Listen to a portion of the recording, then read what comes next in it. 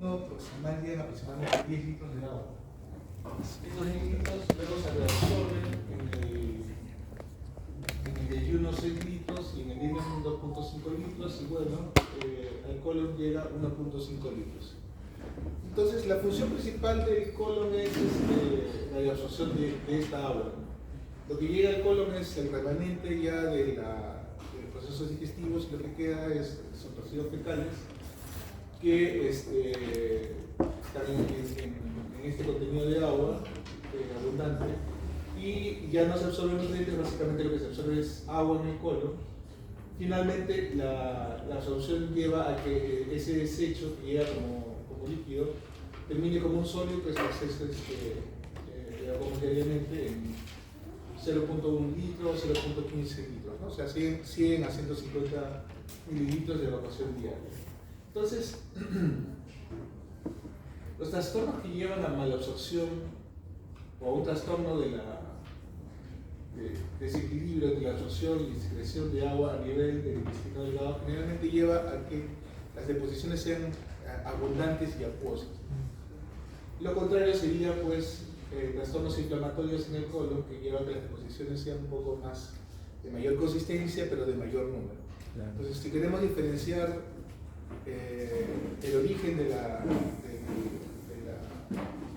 diarrea, si es del colon o del intestino delgado, tenemos esas características. Los síntomas que se pueden presentar adicionalmente es que haya buenismo, el dolor y la dificultad de evacuar, y la sensación constante de querer y de evacuar. Y esto nos ubica a que el proceso es rectal y desinfección. Claro. La disentería se refiere a la presencia de diarreas con moco y sangre y ubica la etiología, la alteración a nivel del colon. Luego, clásicamente dividimos la diarrea como aguda, crónica y un estadio intermedio que es una diarrea persistente. Para decir que una diarrea es aguda es menor de 2 semanas, una diarrea crónica más de 4 semanas. Nuevamente, ¿para qué nos sirve esta diferenciación de agudo o crónico? ¿Para qué diferenciaríamos? Por ejemplo, tengo una persona que llega con 5 días de diarrea, digo que es una diarrea aguda. La etiología. Exacto. Entonces, mientras la diarrea no supere las 2 semanas, voy a tener que probablemente las principales causas van a ser infecciosas, de toxinas bacterianas, virales, etc.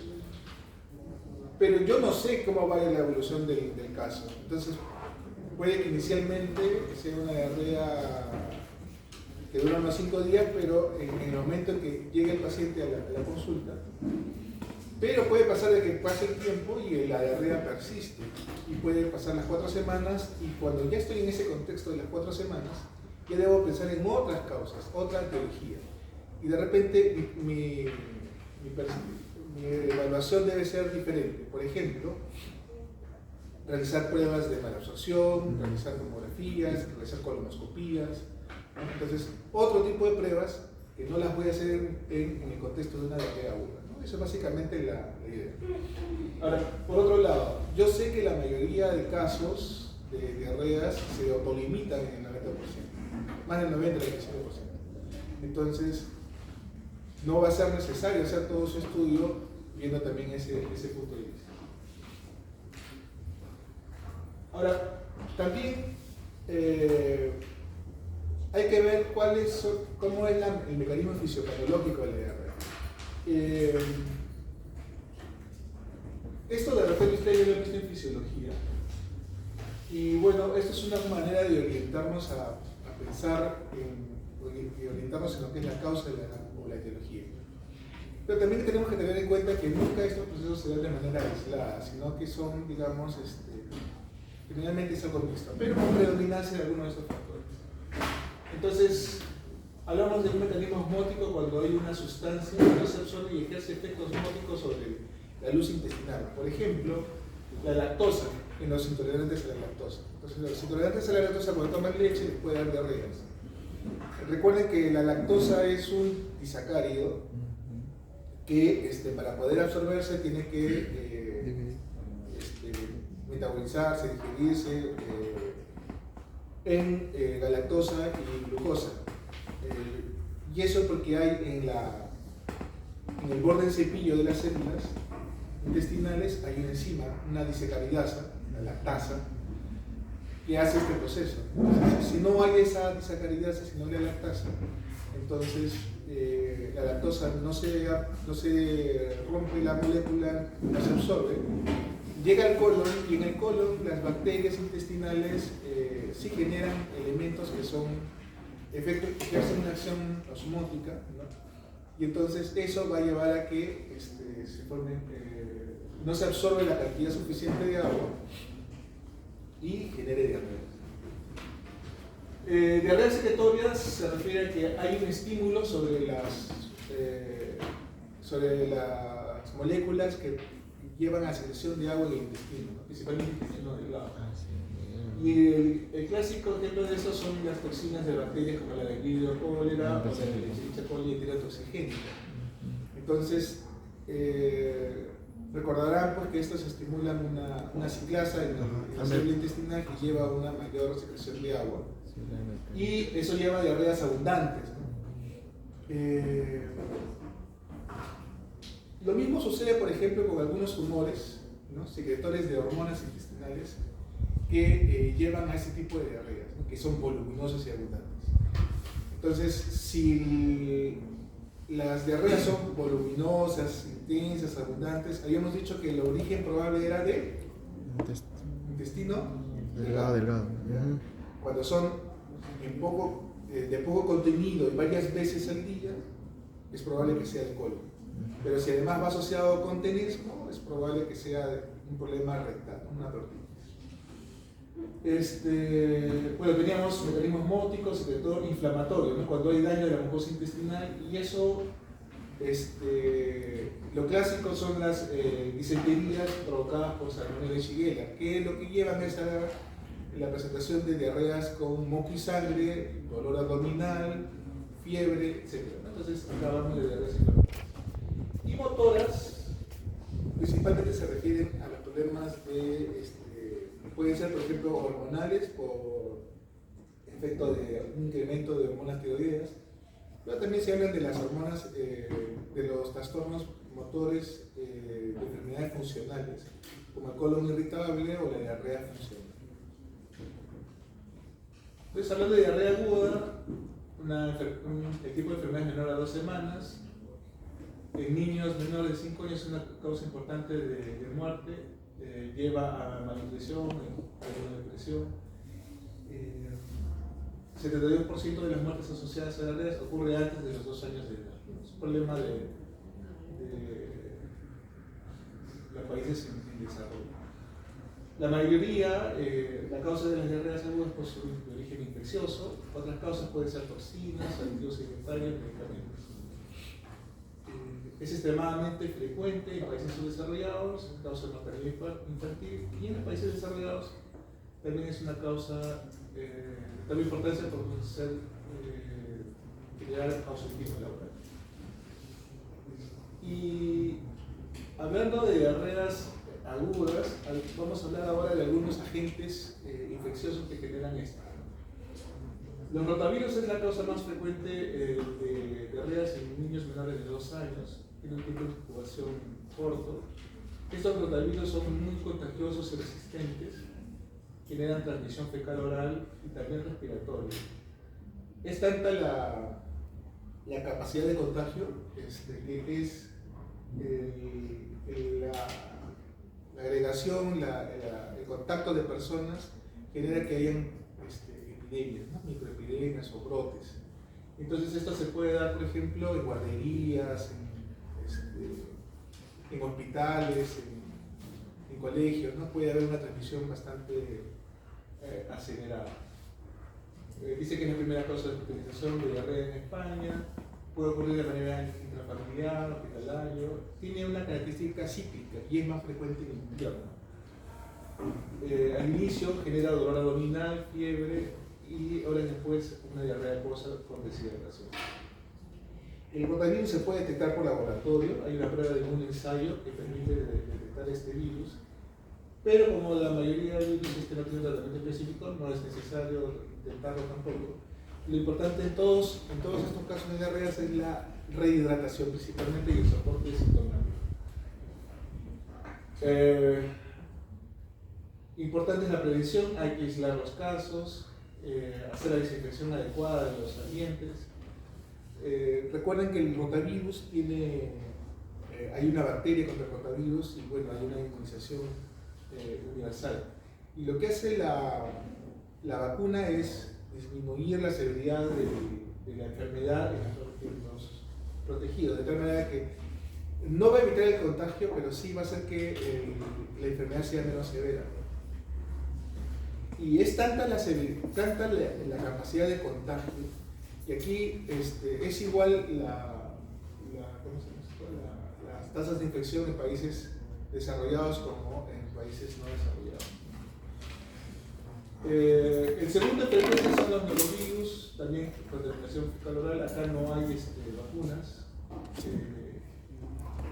Y entonces también de manera parecida se puede contaminar por aguas, por alimentos contaminados, por aerosoles y de persona a persona.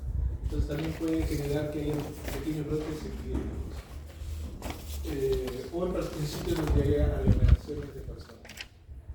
Es la primera causa de gastrocolitis pneumociliana, la segunda causa de diarrea aguda en niños menores de 5 años. Y genera un cuadro de dolor, fiebre, vómitos, escalofríos, y se van a autolimitar en 24 a 48 horas y puede resistir hasta 6 días. Para cuestiones de estudios epidemiológicos, se pueden hacer pruebas de detección de diagnóstico con pruebas de PCR. Y no hay tratamiento ni tampoco vacunas. Nosotros tenemos un antecedente de haber tenido una epidemia de cólera. ¿Saben de eso? Sí. ¿Alguna vez han escuchado de la epidemia de cólera que llegó a Perú? ¿Cómo fue? A ver, cuéntame. Lo que me preocupaba era que de por sí era como que eran lugares donde no había tanto flujo de agua, por así decirlo, ¿no? Tenían que ir a los pueblos jóvenes y tenían que sacar agua de lugares específicos. Si no, era diarrea, por decirlo, se morían de diarrea. Eso es lo que me contaste. Las diarreas eran muy severas, y esto es por las toxinas del Vibrio cólera. Entonces generaban diarreas en un día 6, 8, 10 litros. Al inicio la gente se moría porque no existía la experiencia de rehidratar, ¿no? Entonces rápidamente se dieron las normas para la rehidratación. Se hicieron centros de rehidratación tanto oral como intravenoso y se pudo contener la mortalidad. Luego el tratamiento antibiótico también ayudó a disminuir la contaminación. Ahora, este virus ingresó a partir de que un barco llegó me parece que a Chimbote, y las personas que estaban ahí estaban contaminadas, contaminaron las aguas y parece que de alguna manera llevaron el contagio a la población, y rápidamente se diseminó por todo el país y llegó a generar una epidemia no solamente en el país sino en Sudamérica.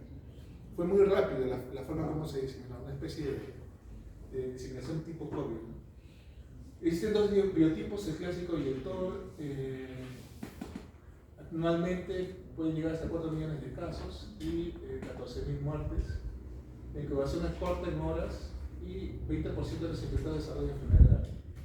El contagio puede ser por agua contaminada, lo que decía el compañero, o alimentos contaminados. Principalmente,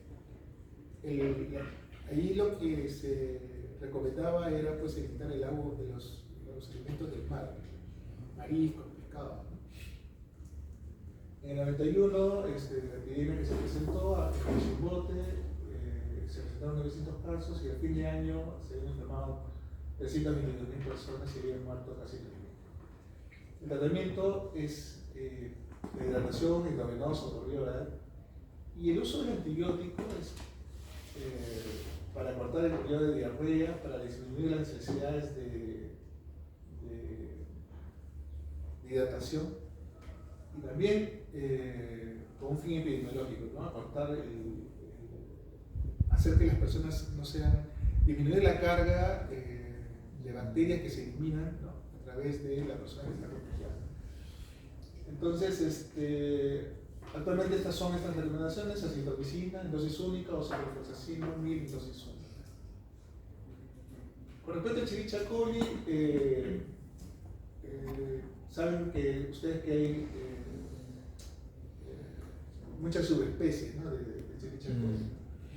Existe la que es enteropatógena, que básicamente genera brotes epidémicos en guarderías. La enterotoxigénica, que se comporta parecido al cólera, genera una toxina que produce diarrea acuosa.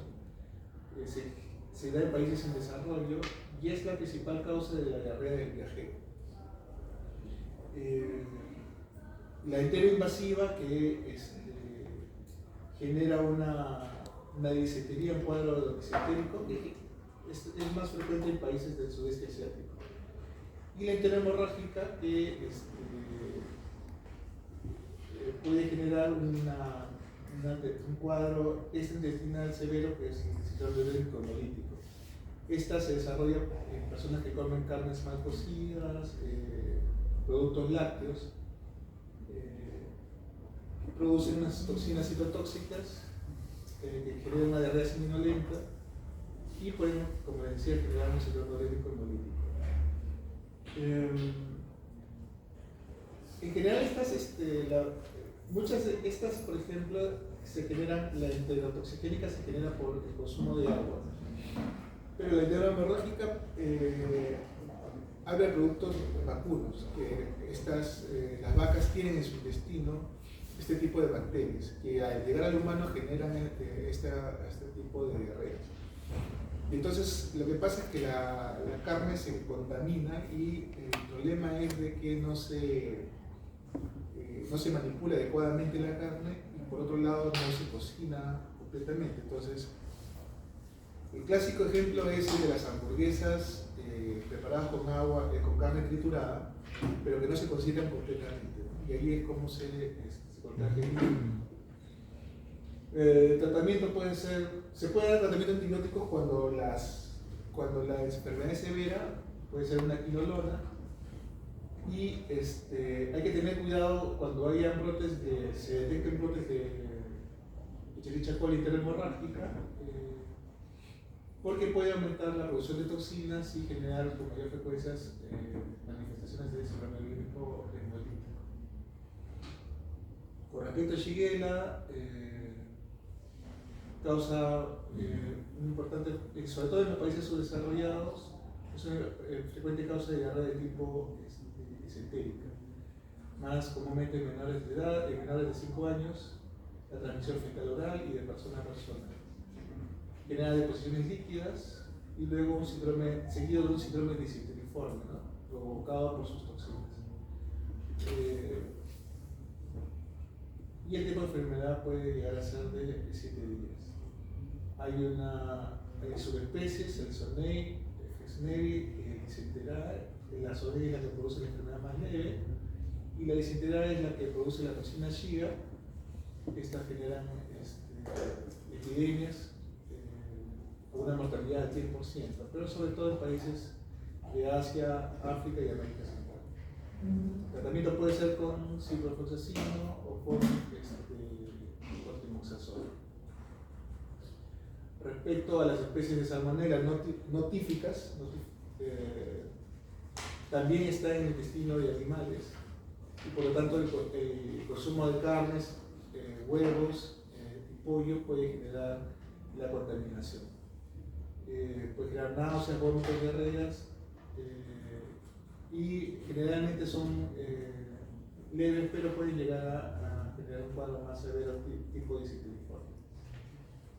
El Campylobacter se encuentra también en ganado vacuno, leche no pasteurizada, pollo. Las fuentes pueden ser también agua sin cloro y frutas y verduras contaminadas. Las especies más destacadas son el Yeyuni coli, de incubación de 2 a 5 días, y la enfermedad puede ser grave en niños, en adultos mayores, inmunodeprimidos puede llegar a generar megacolon tóxico y síndrome urémico hemolítico. Se puede tratar con macrólidos por 5 días, sobre todo cuando es un cuadro de disentería grave. Y por último, la que vamos a recordar es el Clostridium difficile, que es una bacteria anaerobia, gran positiva, formadora de esporas, de transmisión fecal oral. El Clostridium difficile no forma parte de la flora del intestino humano, entonces uno lo adquiere por contaminación fecal oral. Pero en condiciones normales, la persona que lo adquiere, si tiene su inmunidad adecuada y tiene una flora intestinal adecuada, no produce enfermedad y puede generar un estado de portador asintomático. La importancia del Clostridium difficile es que, como ustedes saben, genera un poco importante de diarrea por antibióticos, generalmente en el contexto de una persona hospitalizada. Esta bacteria produce unas toxinas que generan un incremento de la permeabilidad intestinal. Esto lleva a una infiltración de neutrófilos y se generan pseudomembranas. Y estas pseudomembranas están formadas por neutrófilos, fibrina, mucina y restos celulares. Entonces, en la colonoscopía de estos cuadros ya más severos se ven pues unas placas amarillentas, ¿no? En todo el colon, ¿no? Y el intestino delgado también. El cuadro puede ir desde una diarrea acuosa leve hasta una diarrea sanguinolenta con dolor, fiebre y leucocitosis y llevar hasta un megacolon tóxico. El diagnóstico se hace por pruebas de inmunoensayo para la detección de las toxinas A y B en heces. El cultivo tiene que ser unos medios de cultivo especial para detectar el Clostridium. Cuando uno tiene la sospecha de que puede haber una infección por Clostridium, tiene que hacer saber al laboratorio que estamos buscando ese germen. Y por último, también hay pruebas de PCR para poder detectar ciertas proteínas del virus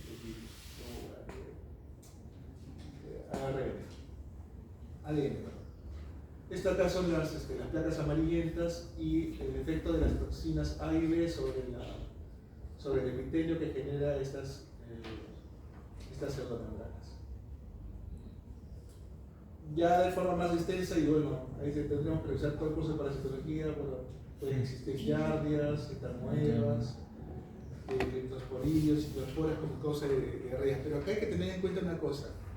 Entamoeba histolítica puede generar diarreas en humanos inmunocompetentes. Pero, por ejemplo, leptosporidios, ciclospora no lo hacen así. Y entonces,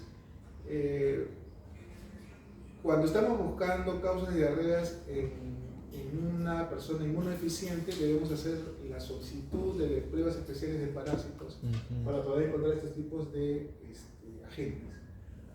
Por otro lado, la giardia, ustedes saben que está en el duodeno, puede causar un cuadro malabsortivo, sobre todo en niños.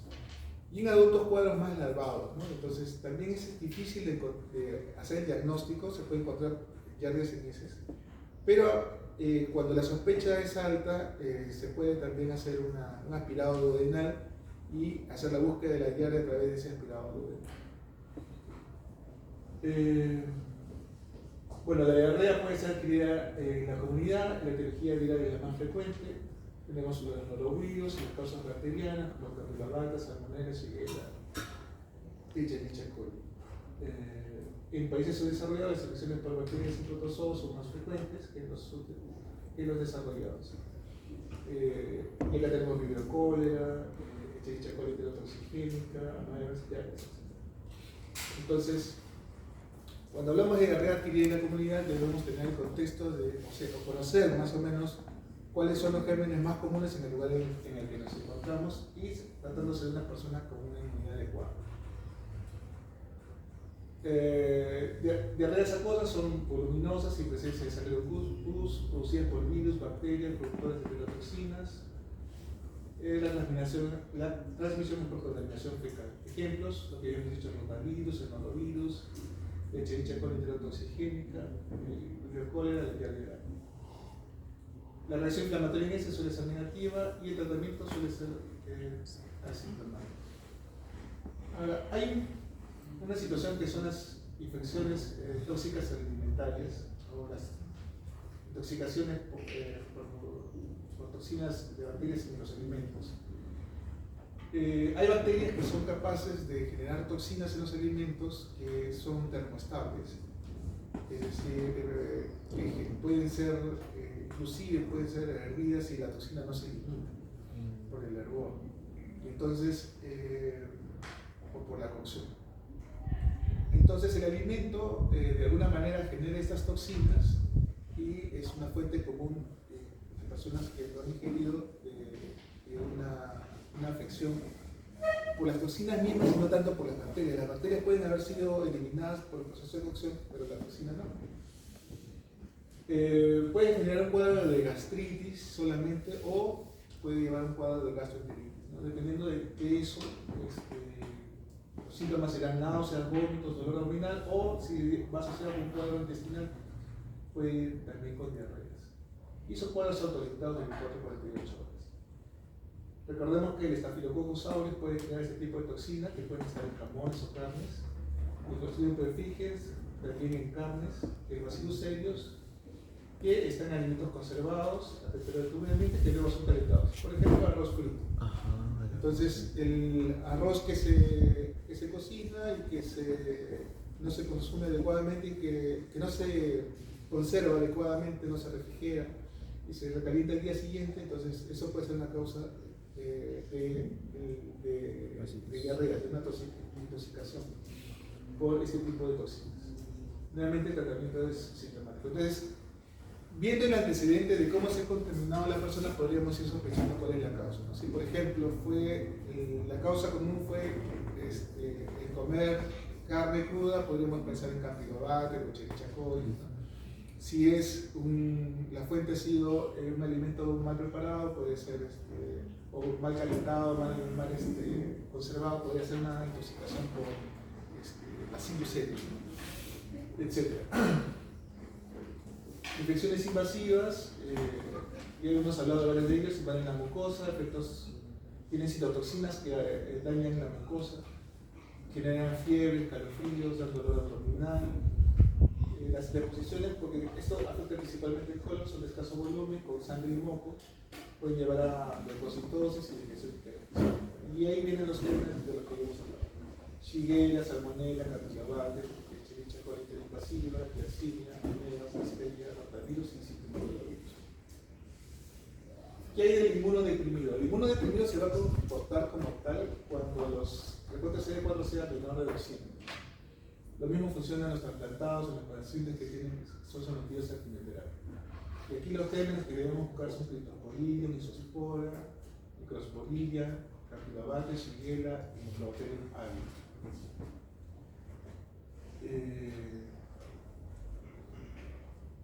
En cuanto a la diarrea del viajero, ¿no? Es común que las personas que viajan de países desarrollados a otros que son subdesarrollados, en el término de días puedan generar algún tipo de diarrea. Más o menos me parece que es un 10-20% de los turistas que viajan, cuando viajan, tienen este tipo de problemas. Para considerarlo, puede ser mínimo 3 días que esté en el país al que ha llegado, hasta 2 semanas, ¿no? Como periodo de incubación. 40-60% de los norteamericanos que viajan a México desarrollan algún tipo de diarreas y el 85% de los casos son diarreas bacterianas. ¿Quién ha viajado fuera del país? ¿Alguien viajó a México? No. ¿Quién ha recibido algún extranjero en su casa? Norteamericano. Les cuento las 2 experiencias. Cuando yo viajé a México, en los hoteles, en todos sitios me decían: no tome agua, no tome agua. Toda el agua es embotellada, no tome agua de caña. Porque el riesgo de contaminación para una persona que no conoce no está habituado a su tipo de agua, a su tipo de flora, es bastante riesgoso. Y lo mismo, ¿no? Los que viajan de fuera del país, norteamericanos, europeos que vienen acá al Perú, también saben de este tipo de problemas.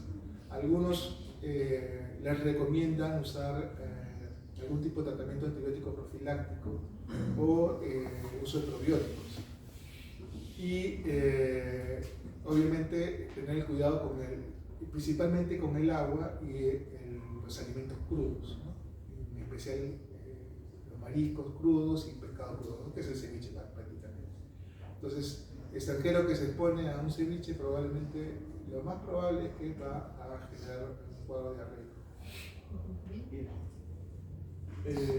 De las causas más comunes, la Escherichia coli enterotoxigénica es la más frecuente, y la vía más común es la comida y luego el agua. Otros gérmenes, campylobacter, shigella, salmonella, o sea, no quita, pues, ¿no? Que también se pueden contaminar de otras cosas. Estos son los más frecuentes cuando se trata de una enfermedad invasiva, y la entamoeba histolítica tiene el 5% de casos de diarrea del viajero en México. No olvidar que también los virus también pueden ser causa de diarreas en este contexto. Diarrea intrahospitalaria se refiere a aquella que se inicia en el tercer día de hospitalización, puede relacionarse con el uso de antibióticos, medicamentos también que no sean antibióticos y tubos de alimentación. La causa más común es Clostridium difficile, pero también pueden ser Salmonella, Staphylococcus, Plasmodium, norovirus, rotavirus. Si decíamos que los norovirus afectan a niños más grandes y a jóvenes que no tienen vacunas, pues pueden haber reinfecciones. Entonces, si alguien se infecta en el contexto de un hospital, pues puede transmitirse a otras personas que están en esa misma zona. Ahora, con respecto a los antibióticos, cuando estos llevan a una diarrea, 80% van a ser cuadros leves. Y generalmente, cuando no está asociado a cuestión difícil, la causa lo que más se asocia a esto es el sobrecrecimiento bacteriano que generan los antibióticos.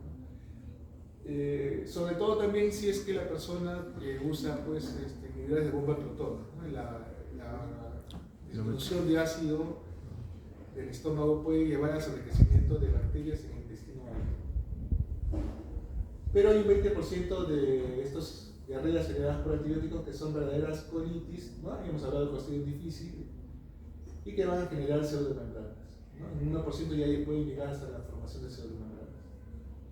Los antibióticos que generan estas diarreas por Clostridium más frecuentemente asociados son micomicina, clindamicina, ampicilina, cefaloporinas y menos frecuencia en quinolas. Pero clindamicina es muy típico que genere diarreas de este tipo. Es más frecuente en pacientes con enfermedad avanzada por su debilidad.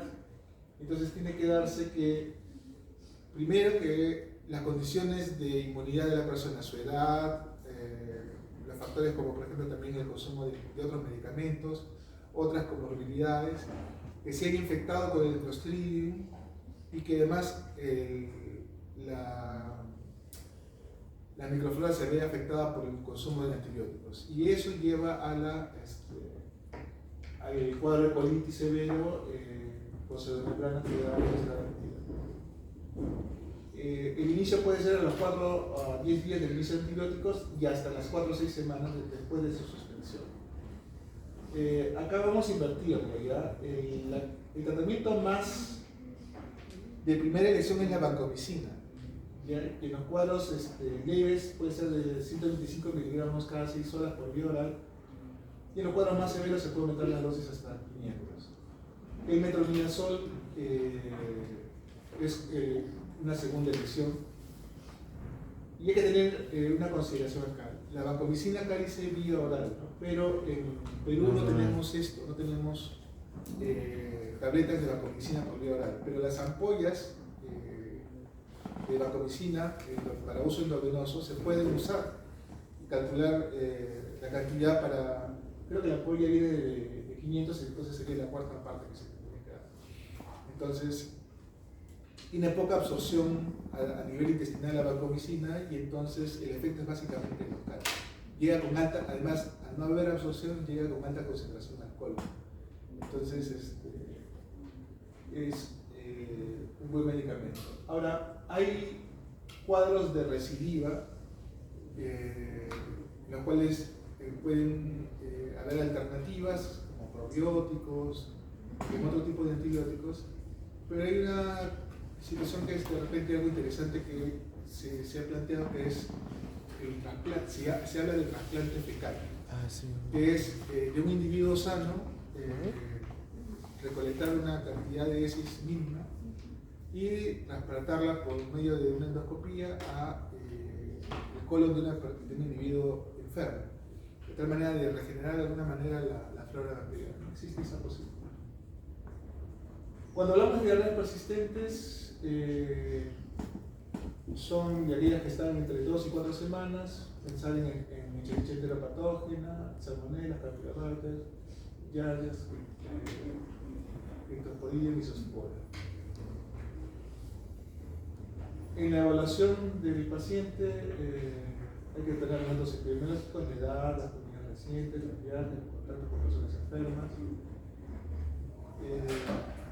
el tipo de dolor, el retortijón que calma con la evacuación, los síntomas asociados, fiebre, vómito, debilidad, si las diarreas son líquidas y abundantes, si son escasas, infrecuentes, con moco y sangre. Entonces eso nos puede identificar si es del intestino delgado, si es del colon, el estado hemodinámico del paciente, ¿no? Todos estos datos nos dan la severidad del caso, 1, 2, el probable patógeno, 2, y qué tanto puede repercutir en la persona.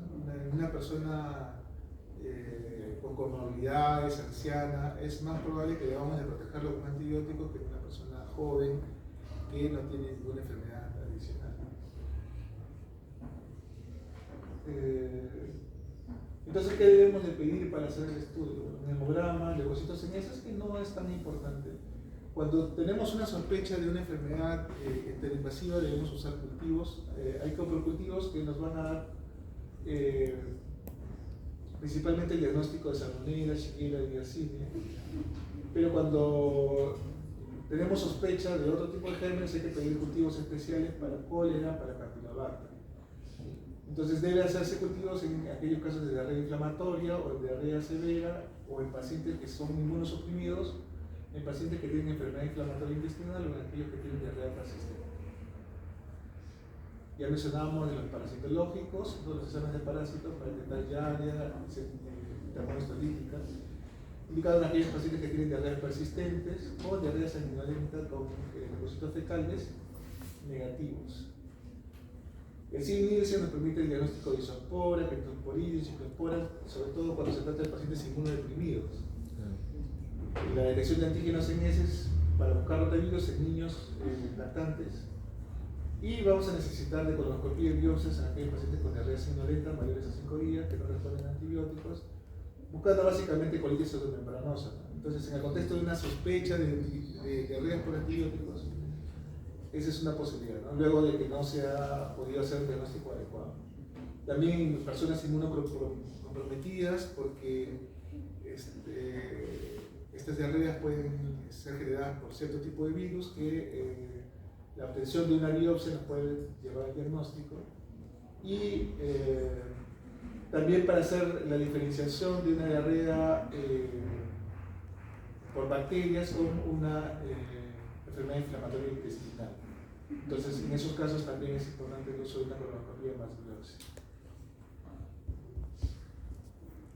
El tratamiento, básicamente lo más importante es la rehabilitación, tanto por vía oral como endovenosa. En la dieta, considerar que el paciente no consuma lácteos. Se puede usar bismuto que reduce el volumen de las deposiciones. ¿Se puede usar loperamida? ¿Han escuchado eso? Loperamida ¿se puede usar o se puede usar en diarreas?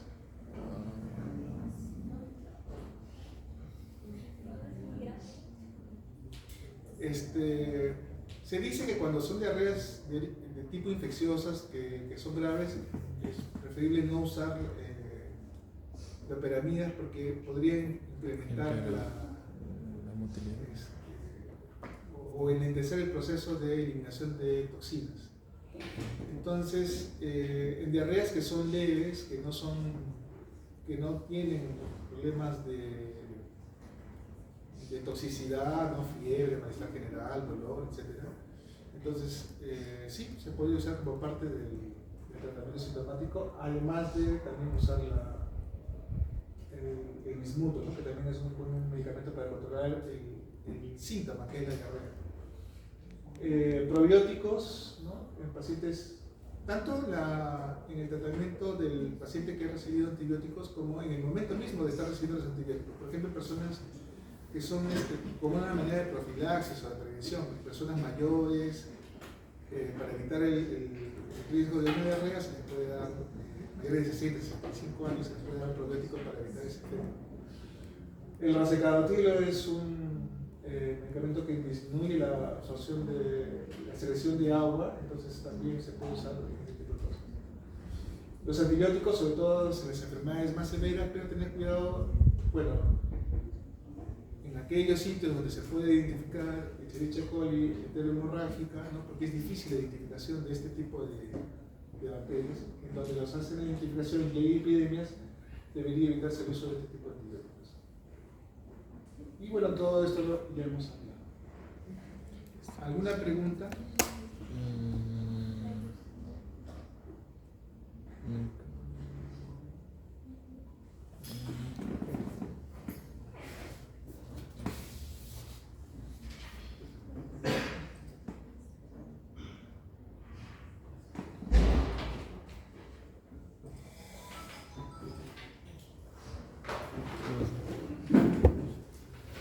Entonces, ahora, ¿qué pasa cuando la diarrea es mayor de 4 semanas?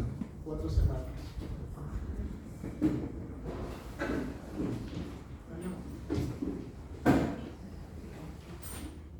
Hay algunas cosas que debemos considerar, ¿no? El tipo de alimentos asociado al inicio de la diarrea puede ser hay diarreas por intolerancia a alimentos, típico de la intolerancia lactosa, o también hay diarreas por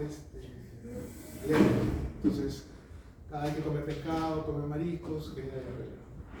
Antecedentes familiares de enfermedad celíaca, enfermedad inflamatoria, viajes a zonas rurales, sobre todo en este contexto de diarrea crónica, la probabilidad de haber adquirido algún tipo de parásitos.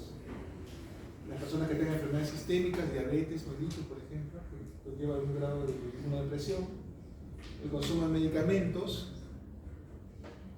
y la presencia de moco, pus, en las heces.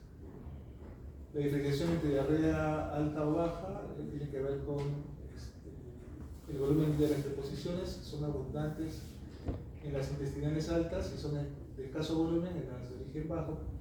La frecuencia va a ser mínima en las de origen alto y van a ser elevadas 6-7 veces.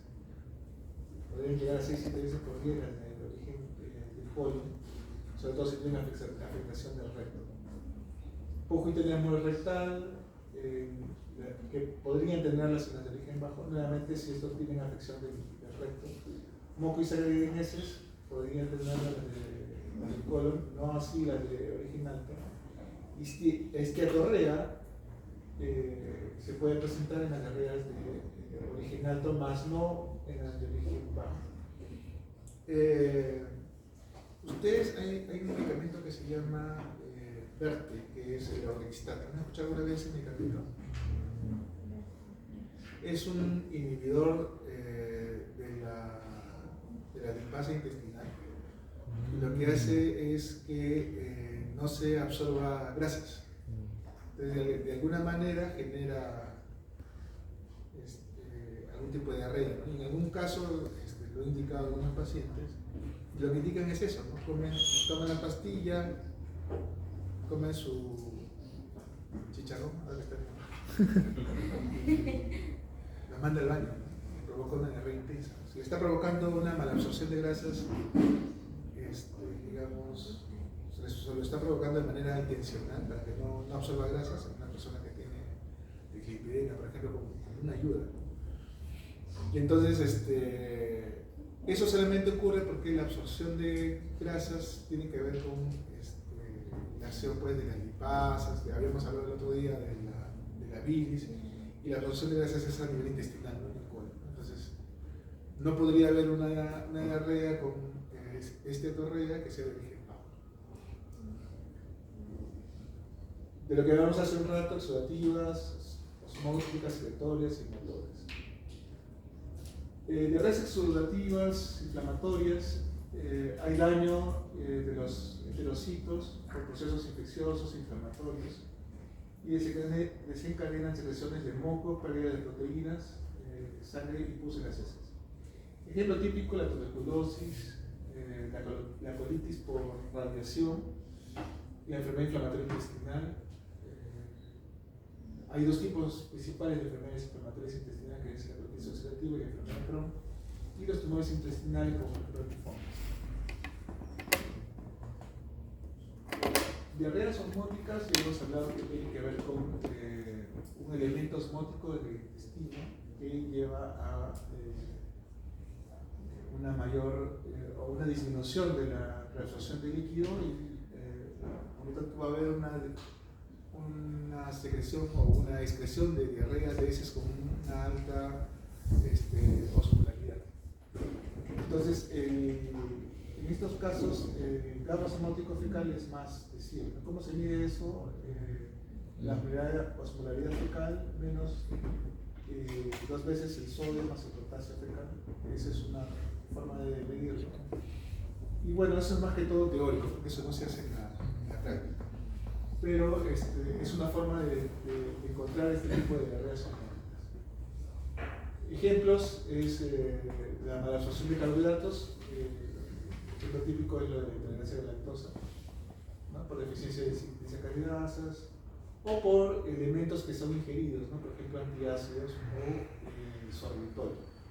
El sorbitol está en los chicles y en general es un saborizante, y inadvertidamente puede provocar diarreas en personas que usan alimentos edulcorados. Secretorias, habíamos hablado en el caso de las agudas, de las generadas por toxinas de bacterias. Acá generalmente está asociado a tumores endocrinos como lipomas, carcinomas, gastrinomas como el síndrome de Soleil-Denis, tumores carcinoides y hepatocitomas. Entonces, como se trata de tumores, la detección del tumor va a depender de imágenes. Ahora, ¿qué nos induce a pensar de que la diarrea es de tipo secretora? Habíamos dicho que este tipo de diarreas, por ejemplo la de cólera, generan gran cantidad de volumen. De manera similar, estos tumores que producen hormonas van a llevar a que el volumen sea algo parecido al de un cólera. Habitualmente más de 1 litro por día. Y puede persistir, como la acción depende básicamente de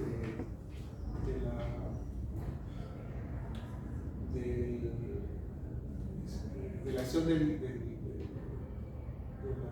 la hormona, puede persistir aún tras el ayuno de varias horas. Puede llevar a la hipocolemia y la acidosis metabólica. Y en este caso el GAP fecal es menor de 50. Entonces, nuevamente, cuando uno piensa en diarreas secretoras, principalmente uno lo piensa cuando son diarreas de alto volumen en personas pues, que podrían tener alguna sintomatología además de un tumor. Como las causas son de este tipo de tumores, el diagnóstico se podría establecer por imagen, en este caso tomografías o resonancias. Diarreas motoras son deposiciones de escaso volumen, generalmente después de las comidas y se hacen en las noches. El diagnóstico se dificulta y es un diagnóstico por exclusión. El típico síndrome en este caso es el colon irritable o el intestino irritable, pero también hay que considerar acá las neuropatías por diabetes, a las personas con hipertiroidismos y las diarreas post-vagotomías. Por el contrario, uno piensa siempre que diarrea motora se refiere a un aumento de la motilidad intestinal, pero hay una situación que es la disminución de la motilidad intestinal que puede llevar a sobrecrecimiento bacteriano, y esto de alguna manera genera otro tipo de diarrea. ¿Cómo estudiar una diarrea crónica? Dentro de todo esto hemos visto que hay diarreas que son de origen motor, que tienen que ver, básicamente, que puede ser el colon irritable o la diarrea funcional, que son no son de origen orgánico, ¿no? Pero casi todas las demás son diarreas de origen orgánico mismo. Y hemos hablado la otra vez de qué cosa es funcional y qué cosa es orgánico. Entonces, ¿cómo excluir que la diarrea sea de origen funcional? Es decir, que no esté relacionado con algún tumor, con algún microbio, algún parásito, etc. ¿Cómo hacer eso? Entonces, hay cosas que podemos tener en consideración.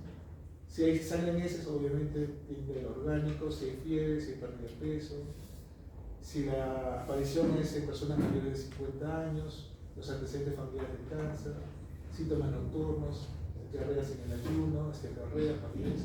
Todo esto en la clínica nos indican que es de origen orgánico y que debemos investigar. En el laboratorio, que hay anemia, que se incremente el volumen corpuscular, que se incremente el hipoproteína, que haya hipoalbuminemia. Y bueno, además hay una prueba específica como una prueba de enfermedad celíaca, que es el anticuerpo antitransglutaminasa IgA. Hay una prueba que es el comprológico funcional, que incluye pruebas de parásitos, de pH, de presencia de proteínas, carbohidratos, lípidos en las heces, ¿no? Entonces, para determinar la absorción, parásitos. Entonces, es una prueba importante en el estudio de una diarrea crónica. Pruebas de PCR para determinar el proceso inflamatorio general. Hay una prueba importante que es la calprotectina fecal, que es un buen predictor de procesos inflamatorios del intestino. Entonces, cuando esté elevada la calprotectina fecal más de 150, la recomendación es hacer un estudio, digamos que puede ser una endoscopía, y también ayuda en cierta manera a hacer el diagnóstico de enfermedades inflamatorias intestinales. Parásitos en heces y ¿no? Son las pruebas que podemos utilizar. Es hablado del patológico funcional, que consiste en una visión macroscópica, la consistencia, el color, la fase química, el pH, la presencia de almidolos, sustancias reductoras, el sangre de en heces, gracias a una fase microscópica en la que se ven depósitos fecales, presencia de bacterias, parásitos, hongos. La calprotectina fecal se encuentra en los neutrófilos, macrófagos y monocitos. En procesos inflamatorios del intestino, los neutrófilos activados liberan esta calprotectina. Y esta pasa a la luz del intestino y termina en las heces.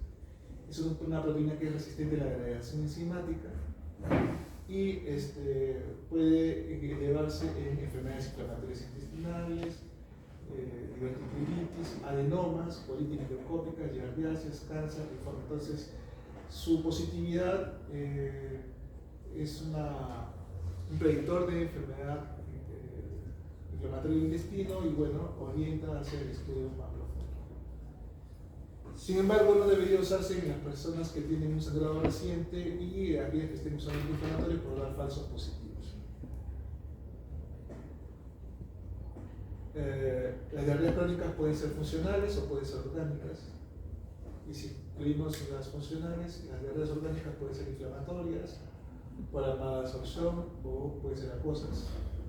Aquellas que son por la mala absorción pueden ser por enteropatía, por sobrecrecimiento bacteriano y por insuficiencia pancreática. ¿Cómo mala absorción? Si los alimentos no se digieren o no se absorben, terminan en las heces, tal cual como sucede, por ejemplo, con la glucosa en las personas que son intolerantes. Entonces, si hay daño de la mucosa intestinal, no se van a absorber. Es una primera razón. Por ejemplo, enfermedad celíaca. Si hay sobrecrecimiento bacteriano, va a haber también de esa misma manera va a generar una malabsorción. Y si hay insuficiencia pancreática, no están las enzimas del páncreas para poder hacer la digestión de las grasas y más o menos lo que pasaba con el medicamento que les decía, ¿no? El Orlistat.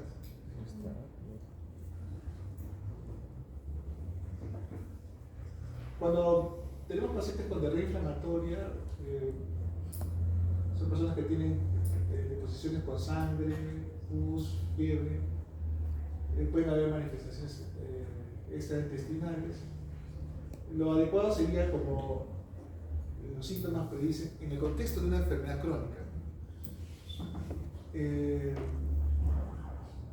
Como los síntomas predicen que el proceso es una inflamación del intestino, lo que debería hacerse es empezar por hacer una colonoscopia.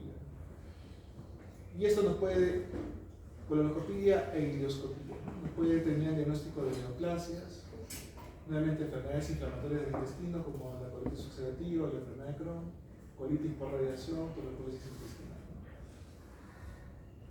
De ser negativa, el estudio del intestino delgado a través de enterografías, resonancias magnéticas y actualmente, tal cual como habíamos hablado con lo que fue la hemorragia digestiva, cuando estamos hablando de procesos inflamatorios que sospechamos que sean del intestino delgado, una herramienta importante es la cápsula endoscópica. Ah, cierto. Si no se cuenta con estos estudios, la posibilidad, la alternativa es hacer una radiografía de tránsito intestinal varitado. ¿Han visto alguna vez cómo es un tránsito intestinal varitado? Se le da la tomada varios de los pacientes y transcurridas las horas se van tomando varias placas, el vario va pasando por el intestino y se van tomando placas para ir viendo el intestino. Actualmente, ese tipo de pruebas han sido reemplazadas por enterografía, por tomografía o por resonancia. Entonces, lo que se hace es, se les da contraste oral y endovenoso. El oral suele ser un elemento acuoso, agua, algo que no pinte blanco en la tomografía, y un contraste endovenoso para que ayude a definir mejor las paredes del intestino. Entonces, con eso se pueden determinar, por ejemplo, tumores o fístulas, etc. Pero cuando estamos en pacientes inmunodeprimidos, además de la colonoscopia, habría que hacer cultivos, ¿no? Porque un inmunodeprimido con campylobacter puede llevarlo a salmonelas, puede llevarlos a diarrea crónica, y buscar cultivos también en inmunodeprimidos para tuberculosis, ¿no? Y además de los exámenes parasitológicos que mencionábamos para buscar coxilia, por ejemplo. Y con respecto a la tuberculosis intestinal, ¿no? De las diarreas inflamatorias, ¿qué tenemos de la tuberculosis intestinal? De todos los casos de tuberculosis, 5% tienen compromiso digestivo, o sea, no es muy frecuente el compromiso digestivo. Y cuando hay una tuberculosis intestinal, la mayoría de veces, 75%, existe un foco pulmonar. Los sitios que más afecta la tuberculosis es el ilion distal y el ciego, ¿no? Ahí es donde más se encuentran las lesiones. Y las formas de presentación pueden ser úlceras o formas hiperplásicas, ¿no? Como pseudotumorales. La clínica puede ser dolor abdominal, principalmente en el sitio donde es el ciego, que es la fosa ilíaca derecha, anorexia, pérdida de peso y fiebre. En las radiografías de tránsito, lo que se ve son en las radiografías de tránsito o en una enterotomografía, como les mencionaba hace un rato. Pueden verse zonas de estenosis, dilatación del intestino delgado, ulceraciones y acortamiento del ciego. Pero, digamos, también se pueden hacer colonoscopías, ¿no? Y buscar en el ciego y además hacer una intubación ileal para hacer la búsqueda de las lesiones. El diagnóstico por Nielsen, PCR, colonoscopía. En la colonoscopía se van a encontrar edemas, nódulos, ulceraciones circulares, estenosis. Y en las biopsias se van a encontrar granulomas gaseosos, ¿no? Ahora, cuando se trata de inmunodeprimidos, las causas pueden ser salmonella, shigella, dioxina, campylobacter, Yardes, Pectinoridium, Blastocystis, termostolíticas, antivirales, norovirus, citomegavirus, etc. Entonces hay que hacer la búsqueda de esos elementos en el paciente inmunodeprimido con diarrea crónica.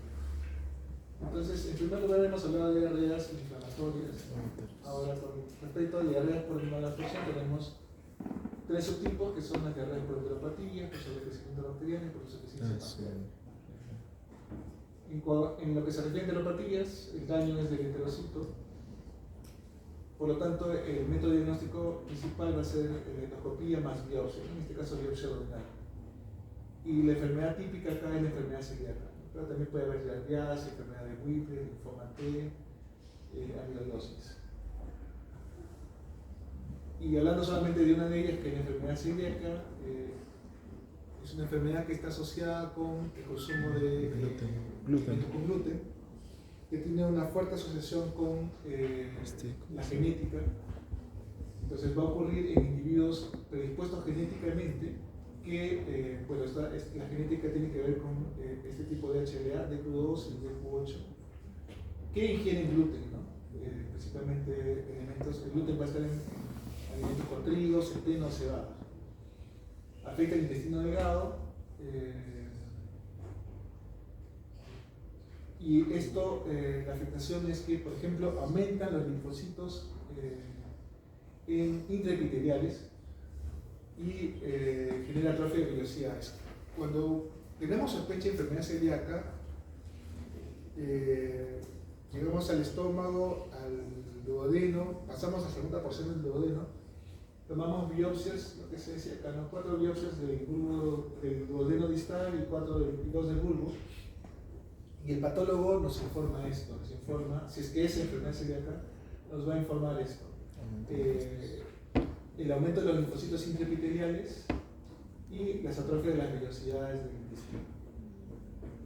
Entonces, este es un elemento para hacer el diagnóstico de enfermedad celíaca, ¿no? La biopsia duodenal. En la clínica, por la malabsorción que puede haber, ¿el hierro dónde se absorbe?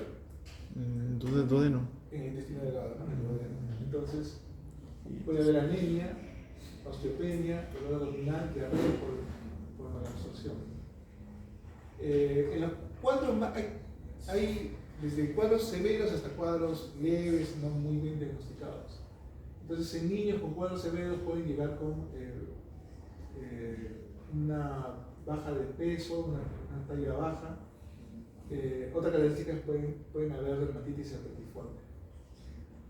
Entonces, una forma del diagnóstico es hacer la biopsia más endoscopía más biopsia. El otro punto para el diagnóstico es encontrar los anticuerpos, principalmente los anticuerpos antitransglutaminasa IgA y los anticuerpos antigliadina.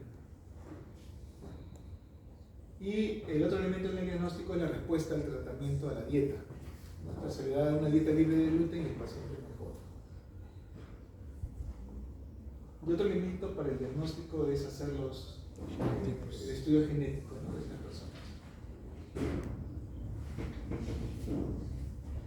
Entonces, nuevamente, teníamos diarreas por enteropatía y luego diarreas por sobrecrecimiento bacteriano. El sobrecrecimiento bacteriano, llamado SOBRA, ¿no? Sobrecrecimiento de bacterias del intestino alto, ahí es donde ocurre el problema.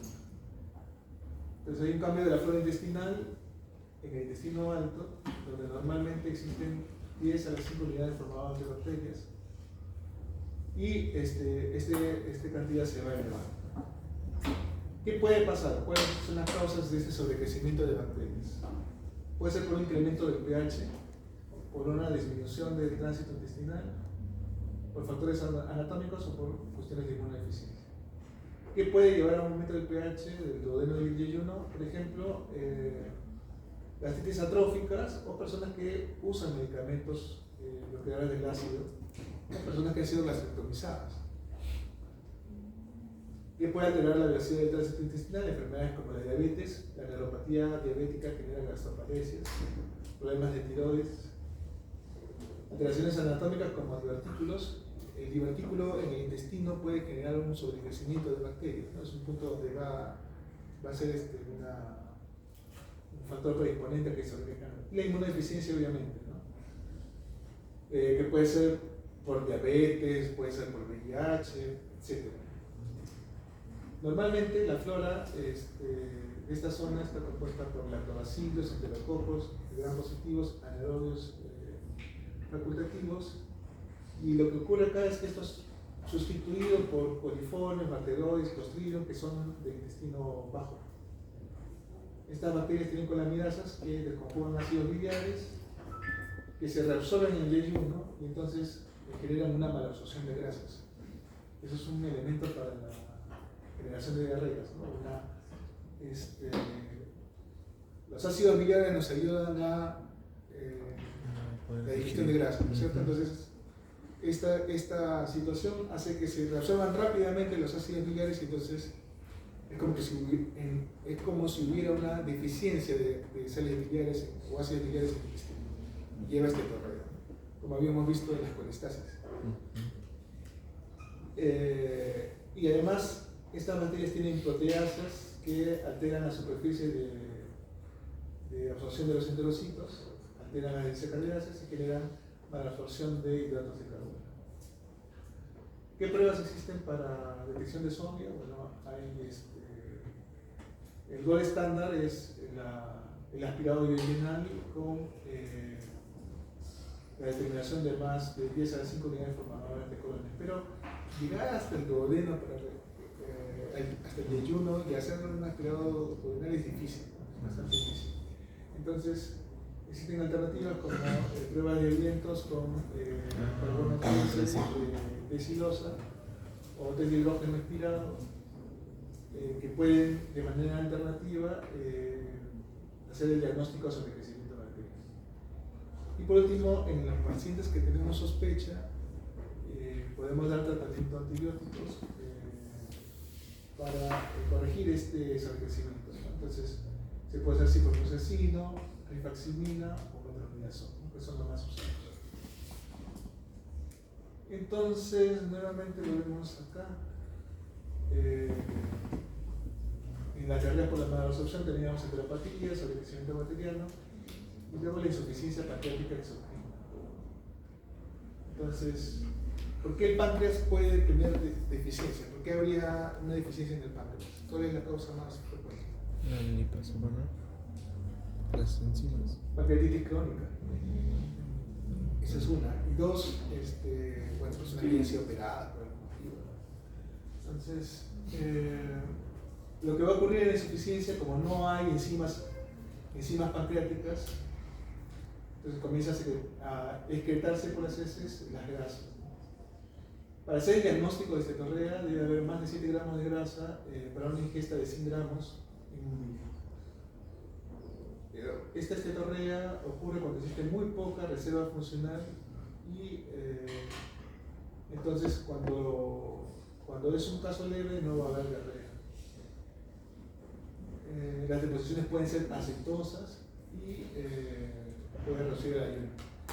Yo no he visto un caso de esto, pero sí he visto lo que les decía, ¿no? Las personas que toman estas pastillas, ¿no? Que comentan que cuando se exceden o algo consumo de grasas y toman las pastillas les salen gotas de aceite en las heces.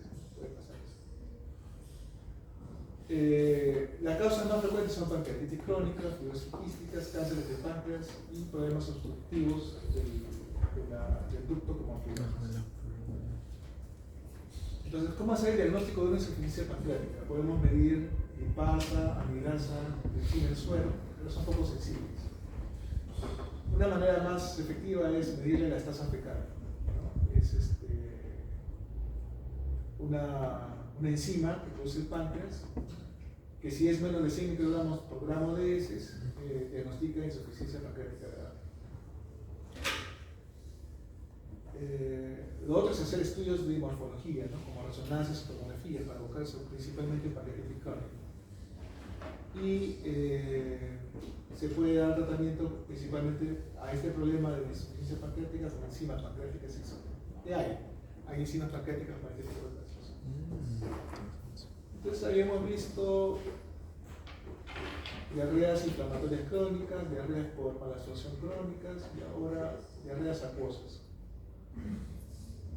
Dentro de las cuales tenemos diarreas secretorias, ¿no? Habíamos dicho que son de volumen alto, que el gas metal es menor de 50, que no se con el ayuno, que principalmente ocurre por tumores secretorios de hormonas, que que los estudios diagnósticos son de imágenes principalmente, y que habría que considerar a aquellas personas que abusan de laxantes. Y finalmente las diarreas que tienen origen en problemas funcionales. La diarrea funcional es un tipo de trastorno funcional del intestino, en la cual hay más de 4 semanas de diarrea sin evidencia de enfermedad orgánica, pero que el problema debe ocurrir más allá de 6 meses. Ahora, hay enfermedades que son orgánicas pero que simulan ser funcionales. ¿A qué me refiero? A las colitis microscópicas. Para que una enfermedad sea funcional, no debe haber ningún elemento orgánico que la genere. Entonces, hay personas que tienen diarreas aparentemente funcionales, ¿no? Porque se le hacen pruebas de diferentes tipos de imágenes, y se llega a la colonoscopía. Y en la colonoscopía, la imagen del colon es normal, pero ocurre que a un grupo de estos pacientes se les ha tomado biopsias y microscópicamente sí tienen alteraciones. Entonces, es una colitis que solamente se detecta por microscopía. Entonces ahí viene el nombre de colitis microscópica. Existen 2 tipos, ¿no? La colitis colagenosa y la colitis linfocítica. Solamente se van a detectar por biopsias del colon y son causantes de diarreas acuosas. También diarrea por malabsorción de ácidos biliares en las personas que son operadas de la vesícula. ¿Quién tiene familiares que hayan sido operados de la vesícula y que tengan diarreas? ¿Alguien ha conocido casos? Mi tía, pero no tiene diarrea. No, pero hay personas que son operadas de la vesícula y después tienen diarreas, ¿no? Que pueden ser problemas leves o problemas muy severos. Entonces, otra causa de diarreas, ¿no? Es la operación de la vesícula. Intolerancias a carbohidratos cuando no son bien detectadas o alergias alimentarias. Colitis microscópicas, principalmente en mujeres, principalmente en personas mayores de 60 años. La diarrea que provoca son diarreas acuosas.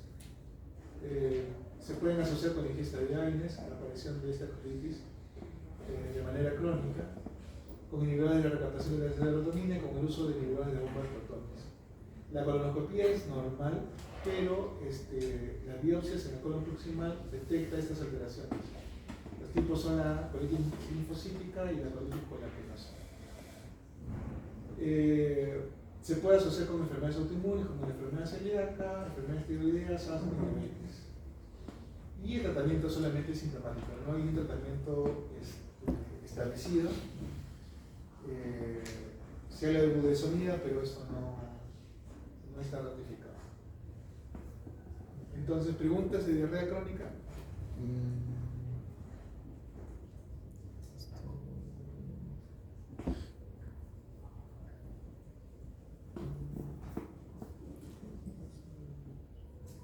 ¿Tienen un descanso? O sea, ya falta una clase. Un break.